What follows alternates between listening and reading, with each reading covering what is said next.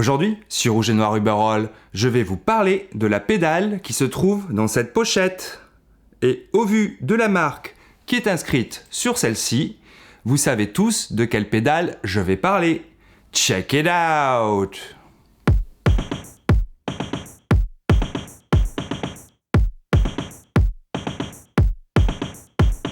Bonjour à tous, j'espère que vous allez bien. Comme vous l'avez deviné, je vais vous parler de la 1981 invention DRV. La pédale la plus instagrammable du moment, surtout que son constructeur n'a pas cessé d'entretenir la hype en proposant de nombreuses finitions en quantité limitée. Il faut dire que je trouve que son design est intemporel et je pourrais passer des heures à la contempler, tellement elle est réussie, surtout dans cette finition Black Hyper Fade. Matthew Hobbs, qui est le co-créateur du circuit et qui fabrique à la main les DRV aux États-Unis, s'est inspiré de la fameuse Proco Rat White Face sortie en 1985. Je dis co-créateur car il a été aidé par John Ashley de Bondi Infect pour réaliser le circuit final de cette DRV. Matthew Hobbs est l'un des guitaristes du groupe américain Reliant K dont je vous laisse aller découvrir leur musique. Après 4 ans de recherche pour trouver la distorsion de ses rêves, la DRV a vu le jour. Il qualifie cette pédale de préampli distorsion. Au niveau des réglages, on retrouve les réglages typiques que l'on a sur une Proco Rat. On a donc un réglage de drive, le réglage cut filtre, plus on monte le réglage, plus on enlève des hauts médiums et des aigus, voilà, ce qui est l'inverse d'un réglage tonalité sur les pédales traditionnelles, et un réglage ici, voilà, de sortie générale de la pédale. Les entrées-sorties sont montées sur le dessus, ce qui la rend hyper pedalboard friendly, comme on dit, et une entrée pour l'alimenter car la DRV ne fonctionne pas sur pile 9 volts. Touche hyper cool et hyper sympathique, c'est que le foot switch est basé sur un système à relais, donc c'est toujours une petite touche, mais ça rend quand même la pédale un peu plus qualitative. Voilà, la fabrication générale est vraiment au top et elle est super lourde, on peut dire qu'elle pèse son poids. Petite précision donc sur le réglage drive, en gros plus on le met bas, plus on va dire que la partie préampli du circuit est active, et plus on monte la partie, donc le réglage du drive plus la partie distorsion du circuit prend le dessus.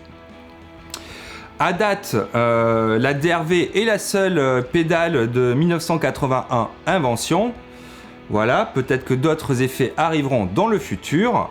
Je ne vais pas plus m'attarder dans la description de celle-ci, mais plutôt vous proposer de l'écouter en action.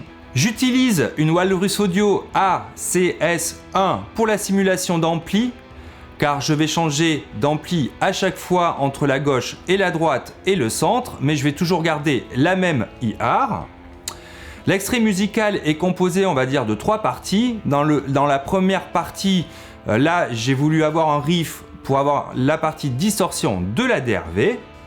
Dans la deuxième partie de l'extrait, on est plus dans un mode un peu plus crunch, un son typé crunch.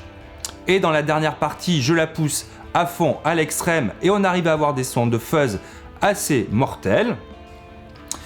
Et il y a une partie lead qui va arriver dans l'extrait et là, je l'utilise plus comme un boost où le gain est baissé à fond et le volume est au maximum. Mais assez parlé, je vous propose donc de l'écouter. C'est parti!